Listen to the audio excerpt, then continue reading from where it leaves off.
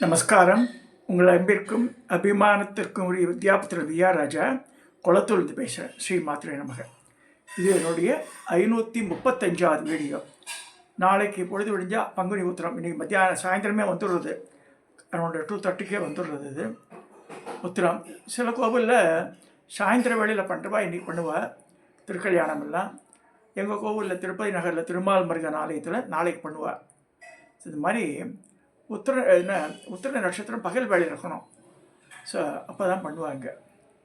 பகலில் தான் கல்யாணம் நடக்கும், சாயந்தரத்தை கல்யாணம் பண்ணுறதில்ல நாங்கள். So coming to this subject, இன்றைக்கி என்ன முருகப்பெருமானை பற்றி பார்க்கணுன்ட்டு சொல்லும்போது, எங்கள் அக்கா லக்ஷ்மி ஊற்றி இருந்தாள். சமீபத்தில் மறைஞ்சு போனாவோ, அட் த ஏஜ் ஆஃப் 83 இயர்ஸோ. அவள் வந்து இங்கே ஒவ்வொரு தடவையும் 51 கார் அபிஷேகம் வருவோம். அவளை பார்க்கணுன்ற ஃபங்க்ஷன்லாம் பார்க்கணுன்னு ஆசைப்படுவேன்.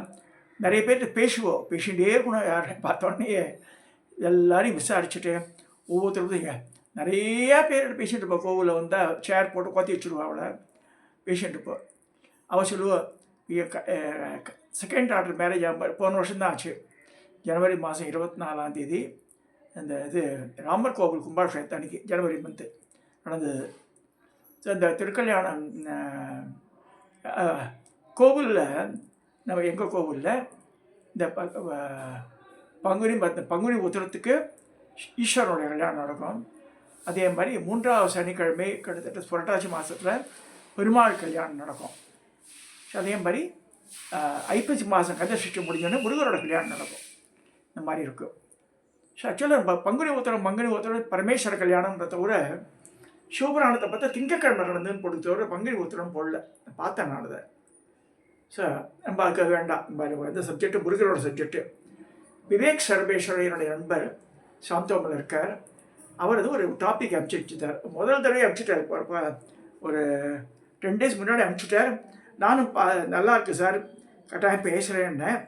ஆனால் பேசலையே அப்படின்னு இன்றைக்கி ரிமைண்ட் பண்ணார். நான் ஊருக்கு போயின்னு இருக்கேன். அவளுக்கு ஒரு முருகர் கோவில் திருச்சி பக்கத்தில் இருக்குது. அதுக்கு வந்து பங்குனி உத்திரத்துக்கு இதெல்லாம் நடக்கும், அபிஷேகம் நடக்கும். அதுக்காக நான் போயின்னு இருக்கேன் சார்னார். 2 நாள் இல்லை நானுன்னார். ஸோ கட்டாயம் பியூட்டிஃபுல்லாக இருந்தது. அந்த டாபிக் வந்து அவர் அமைச்சது தான். நான் வந்து இந்த அவள் அமைச்சதை அப்படியே நான் பேசுகிறேன். நான் வந்து பெரிய சொந்த சரக்கெல்லாம் ஒன்று சேர்க்கலை. இது வந்து திருத்தணி முருகருடைய இது முருகப்பெருமான் பக்கத்தில் வெள்ளி தேவயானி வந்து தனித்தனி சன்னதியாக தான் இருக்கும். உள்ளே இருக்கிறது வந்து மெட்டல் விக்கிரகம் தான், பஞ்சலோக விக்கிரகம் மட்டும்தான் இருக்கும் முருகருடைய. அங்கே 2 கை முருகன் தான், 4 கையெல்லாம் கிடையாது. திருத்தணியில் இருக்கிறது, மலை மேலே இருக்கிறது 2 கை. இப்படி கீழே தணிகாச்சல மூர்த்தின்னு இருக்குது, அது வந்து 4 கையோடு இருக்கும். பிரபாவளி கூட கருங்கல்லையே இருக்கும். இது சில்பியோட டிராயிங். திருத்தணி முருகர் பாருங்கள், இது பார்த்தா தெரியும் உங்களுக்கு. 2 பக்கத்தில் வெள்ளி தெய்வம் எப்படிருக்கா, பஞ்சலோக மூர்த்தி. முருகப்பெருமான் எப்படி இருக்கார், இந்த வெள்ளியில் இதெல்லாம் பண்ணியிருக்கா, கவசம்லாம் பண்ணியிருக்கா. பார்த்தா முருகருக்கு வந்து தங்க கவசமே இருக்குது. ஞாயிற்றுக்கிழமையில் பார்த்து போனால் ரொம்ப அழகாக இருக்கும். ஞான சக்தி தரன் பேர். திருத்தணி முருகருக்கு பேரே ஞான சக்தி தரன். சக்தி வேலை கையில் வச்சுருக்கான்ற மாதிரி சொல்லுவாள். அப்புறம் இது பழனி ராஜ அலங்காரம், முருகப்பெருமானுடைய ராஜ அலங்காரம்.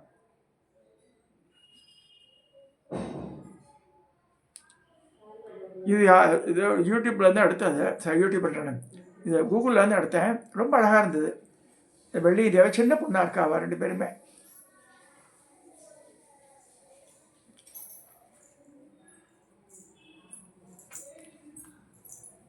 இன்றைக்கி வந்து ஒரு புது கோவில். என்னுடைய நண்பரும் முருகப்பெருமான் மேலே ரொம்ப அதீத பக்தி உடையவரும் வலையப்பேட்டை கிருஷ்ணன் ஒருத்தர் இருக்கார். அவள் குடும்பமே முருகப்பெருமான் மேலே ரொம்ப அதீத பக்தி உள்ளது. எல்லா திருப்புகழ் எல்லாத்துக்கும் போய் கருங்கல்லில் அந்த திருப்புகழை அடித்து அதை வந்து பிரதிஷ்டை பண்ணால் ஒவ்வொரு கோவிலையுமே. இந்த கோவிலுக்கு நான் வந்து அரௌண்டு 65 years முன்னாடி நான் போயிருக்கேன். 65 வருஷத்துக்கு முன்னாடி. நிறைய பேர் பிறந்திருக்க மாட்டேங்குது பார்க்குறவ. இது வந்து தலங்கைன்ற ஸ்டேஷன் இருக்குது திருத்தணி, சென்ட்ரல் ஸ்டேஷன்லேருந்து போகும்போது வேலூர் காட்பாடி போகும்போது நடுவில் வரும் அந்த ஸ்டேஷன். அங்கேருந்து பார்த்தா தெரியும் இந்த கோவில் மலை மேலே இருக்குது. இந்த மலையை அப்போல்லாம் வந்து பாறையில் தான் ஏறி போனோம். இப்போ ரோடு போட்டிருக்கா, படிக்கட்டு கட்டி வச்சுருக்கா அங்கே அந்த கோவிலில். இதுதான் அந்த கோவில் இப்போ அப்படி இருக்குது. இந்த வலையப்படி கிருஷ்ணன் இந்த திருப்புகளில் எங்கெந்த கோவில் கண்டுபிடிச்சிருக்காரு அவர் தான். இல்லை தலங்கை மலைன்னு இது போய் ஞானமலைன்னு சொல்லியிருக்கு அப்படி கண்டுபிடிச்சி அங்கே வந்து வெள்ளிமலை பக்கத்தில் தான் அது. ஸோ வந்து வெள்ளி மணவாள பெருமான்னு சொல்லிட்டு தனி சில பிரதிஷ்டை பண்ணி முருகப்பெருமானுடைய மடியில் வெள்ளி உட்காந்துட்டு இருக்க மாதிரி இருக்கும். ரொம்ப அழகான அது பஞ்சலோக மூர்த்தி அங்கே வச்சுருக்கார். அது இப்போ கம்மிங் டு அவர் சப்ஜெக்டு, இந்த இது சொல்லும்போது சுப்பிரமணிய தத்துவத்தை பற்றி அமைச்சிருந்தார். அதாவது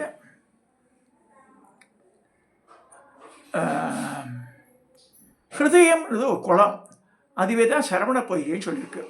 ஹிருதயத்தை தான் சரவண பொய்கை குளம், அந்த குளத்தை வந்து சரவண பொய்கை. இந்த குளம் நாடிகளாகிய வாய்க்கால்கள் மூலமாகவே இரத்தத்தை உடல் முழுவதும் பரப்புகிறது. இந்த குளத்தின் நேரே தான் இரத்தம். ஆசாபாசங்களும் ஆணவாதிகளும் இல்லாமல் பார்த்து கொண்டால் இக்குளம் தூய்மையாக இருக்கும். இல்லைன்னா பாசி படந்துடும். இந்த பாசி படந்துள்ளது இந்த குளத்தில். இவைகளை நீக்கி தெய்வ பக்தியை இதயத்தில் ஏற்றிவிட்டால் அதுவே பேரின்ப வாழ்வு. அந்த இருதய சரவண பொகியில் விளையாடுபவன் முருகன். அந்த மாதிரி சுத்தமாக வச்சுருந்தா நம்ம ஹிருதயத்தில் வந்து இந்த குஷேஸ்வரன் கூட சில பேர் வச்சுருக்கா. இங்கே பாலாமடைந்த கிராமத்தில் இவர் மகான் நீலகண்ட தீட்சிதர் அங்கே போய் தான் இதானார். மதுரை திருமலை ராஜன் வந்தார், மந்திரியாக இருந்தவர். அவர் அங்கே போயிட்டார், பாலாமடைக்கு போயிட்டார். ராஜா வந்து சாங்ஷன் பண்ணுறான், அங்கே போயிட்டார். அவர்னு பரமேஸ்வருக்கு கோல் கட்டிருக்கார். அது ஈஸ்வருக்கு குஹ்யேஸ்வரர் மாதிரி. இந்த சரவண பொய்கை வந்து ஹிருதயத்துலக்கு தான் சரவண பொய்கை. அந்த சரவண பொய்கையில் முருகர் வந்து குடியேறுவான்றார். இந்த குளத்தை சுத்தம் செய்து நல்ல எண்ணங்கள் மூலம் தன்னை நினைப்பவனை தன் வண்ணம் ஆக்குவது தெய்வத்தின் இயல்பு. நம் நினைவு இரத்தத்தையே முதலில் சேருகிறது. நல்ல நினைவுள்ளவர்கள் ஆரோக்கியத்துடன் வாழ முடியும். ஸோ நல்ல பண்புகளை நல்ல எண்ணங்கள் தான் நம்ம மனசில் ஓடிட்டு இருக்கணுன்றார். மானிட சரீரமே குறவன் குடிசை. குறப்பெண்ணை கைப்பிடித்த குறவனான முருகனை அழைத்தால் அவன் வந்து அதில் குடியேறுவான். ஆஷா பாசங்களை ஆணவத்தை அளித்த உடல் நாமத்தை சொல்லும் நாவில் ஊர் மெச்சில் கங்கையாகி விடுகிறது. அத்தகைய அன்பர்கள் நாவில் அவன் விளையாடுகிறான். நாமமே முருகன் சரீரம், சப்தமே அவன் சரீரானபடியால் நாமத்தை சொல்லும் போது சப்தத்துடன் அவனைகளும் அரோகரா, முருகனுக்கு அரோகரா சொல்கிறா இல்லையா, நம்ம சத்தம் போட்டு சொல்லணும். திருவடி என்பது நாத பிரம்மம். நடராஜரின் இடது கை ஆள்காட்டி விரல் அவர் திருவடியை காட்டுவது இது சூட்சுமந்தான். சப்த பிரம்மத்தால் உலகினை கட்டி தன்னகத்தை வைத்தால் பிரம்ம ஞானம் உணர முடியும். அன்பை எங்கு கொண்டு போய் வைப்பதென்று முருகன் 16 உலகங்களும் தேடினானாம். சுற்றி பார்த்து கடைசியில் பார்த்தா பக்தர்களுடைய ஹிருதய குகையில் தான் உட்கார முடியும் அப்படின்ட்டு அதில் புகுந்தானாம். நான் எனது என்கிற உணர்ச்சிகளை ஆண்டவனுடைய நானாக உனதாக மாற்றிவிட்டால் அது உலகம் முழுவதும் பரந்த நான் உங்களுடையது ஆக விடுகிறது. ஒரு நிமிடம் கண்ணை மூடி முருகனை நினைத்து அகைக்கண் திறக்கப்பட்டால் அவர்களே முக்கிய புண்ணியவான்கள். முருகனே நம் ஹிருதயத்திலிருந்து எப்பொழுதும் பிரம்மஞானம் பேசிக்கொண்டிருக்கிறான். ஆனால் ஐவர் பஞ்சேந்திரியங்கள் அவன் பேச்சை கேட்க விடாமல் தாங்கள் பேசிக்கொண்டே இருக்கின்றன. கோவிலில் பார்க்கலாம், அவள் பாட்டு மந்திரம் சொல்லிட்டு இருப்பாங்க, ஒரு கும்பல் வரும், அவளுடைய பேசிட்டு இருப்பா. அந்த மாதிரி பேசக்கூடாது. கோவிலில் போனால் அவள் அங்கே என்ன நடக்கிறது அதில் தான் புத்தி இருக்கணும் நமக்கு. முருகா என்ற சப்தத்தினால் அந்த ஐவரையும் பஞ்சேந்திரங்கள் ஒடுக்கிவிடும்.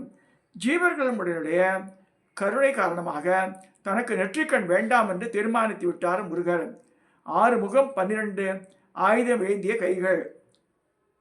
இவருடைய 6 முகங்கள் முற்றறிவு, அளவிலன்மை, இன்பம், வரம்பில் ஆற்றல் உடைமை, தன்பயம் உடைமை, பேரருள் உடைமை, இயற்கை அறிவு என்ற 6 குணங்களாகும். அவர் திருமேனி அருள் உரு. வேலாயுதம் தவிர மற்ற 11 ஆயுதங்கள் ஏகாத திருத்துறகள். வேல் ஞான உருவம், சேவல் கொடி தத்துவன் நாத தத்துவம், மயில் விந்து தத்துவம், வெள்ளி தேவியானை இச்சாசக்தி கிரியாசக்தி தத்துவம். தேவசேனா பக்தர்கள், இங்கே தான் முக்கியமான பாயிண்ட் வருது. தேவசேனா பக்தர்கள் பகவானை தேடி செல்லும் தத்துவம். மர்க்கடன் நாயம், அதாவது குரங்கு குட்டி என்ன செய்யணும், குரங்கு குட்டி தன் தாயினை வயிற்றை கட்டியாக பிடித்துக் கொள்ளுகிறது. குரங்கு அவ்வளோ பிடிச்சிக்காது, குட்டி தான் வந்து அம்மாவோட வயிற்று கவின்னு இருக்கும், அப்படி 2 கையும் பிடிச்சிட்டு கட்டியாக. வேல் இருப்பது, ஆனால் வெள்ளி நாயகி பாருங்க, தேவசேனா பக்தர்கள் அது மாதிரி இருக்கா. மர்க்கட நாயம் வெள்ளி நாயகி பகவானே பக்தர்களை நாடி வரும் தத்துவம். அதாவது மார்ஜால நாயம், அது மர்க்கட நாயம்ன்றது குரங்கு குட்டி நியாயம். இந்த மார்ஜால நாயம்ன்றது தாய் பூனை தன் குட்டிகளை கவி சென்று பாதுகாப்பது போல. வேல் இருப்பது ஆன்மாக்களுக்கு ஞானம் தர. அந்த ஞான அறிவை இச்சையும் கிரியையும் ஒழித்தால் அடையலாம். அகத்தியர் மெசேஜ் அமைச்சர் சொல்கிறார், அகத்தியர் அடிவர்களே, அவன் அருளாலே அவன் தாள் வணங்கி எல்லாம் வரும் பெற்று பிரார்த்திக்கிறேன். ஓம் ஸ்ரீ லோபாமுத்ரா சமேத அகத்திய திருவள்ளுவ சரணம் முடிச்சிருக்காரு. ரொம்ப அழகாக இருக்குது இந்த மர்க்கட ஜேனம் மர்க்கட நியாயமும் மார்ஜால நியாயமும் குரங்கு கூட்டி நியாயம் போன நியாயம். ஸோ இது கட்டாயம் நம்ம சிந்திக்க பார்க்க வேண்டிய ஒன்று. நாளைக்கு பங்குனி உத்திரம் பக்கத்தில் கோவிலில் இந்த திருக்கல்யாணம் நடந்தால் அதில் நம்ம பார்ட்டிசிபேட் பண்ணால் நம்ம ஆற்றுலேயும் திருக்கல்யாணங்க இது ஆற்றுல பொண்ணு பையனுக்கு அக்கா கல்யாணம் ஆகாத கல்யாணம் ஆகும். அதில் நம்ம பார்ட்டிசிபேட்னா போய் கலந்துக்கிறது இல்லை. நம்ம இது பண்ணணும், இந்த சீர்பட்சம்லாம் கொண்டு கொடுத்து, சில பேர் சாக்லேட் டப்பா ஒன்று வாங்க முடியலன்னா சில பேர் நிறைய பெரிய டைமண்ட் கட் வாங்கலாம், பெரிய கல்கட்டு வாங்கலாம், திராட்சை பழம் பேரிச்சம்பழங்கள் இதெல்லாம் வாங்கி வச்சு நாளைக்கு அந்த இதில் பார்ட்டிசிபேட் பண்ணுங்க. எங்கள் அக்கா சொல்லுவா ஒரு தடவையும், அஜா எல்லாத்துக்கும் கல்யாணம் ஆகுதுடா, உன் பொண்ணுங்க ஆலையன் நல்லா அப்படி ஆயிடுத்து அவளுக்கு 2வது பொண்ணுக்கு. அப்போ சொல்லுவாள், எங்கள் இதில் வந்து கோவிலில் அந்த இடம் மட்டும் தான் தேர் அலோட்டு வந்து பால் பழம் கொடுக்குறது. ஒரு 5 பேர் தான், 5 பேருக்கு அலோடு. ஸோ நான் இப்போ வியர் ஈஸ்டுக்கு பால் பழம் முருகப்பெருமான் வெள்ளியம்மை தேவசேனா, அதே மாதிரி ஸ்ரீனிவாச பெருமாள் ஸ்ரீதேவி பூதேவி, அதே மாதிரி பரமேஸ்வரன் பார்வதி, இவாளுக்கெல்லாம் இந்த பாலும் பழமும் இந்த கல்யாணத்துக்கு ஊஞ்சல் வச்சு ஆற்றா இல்லையா அப்போ கொடுப்போம். அதை பார்த்து ரசிப்பேங்க அக்கா.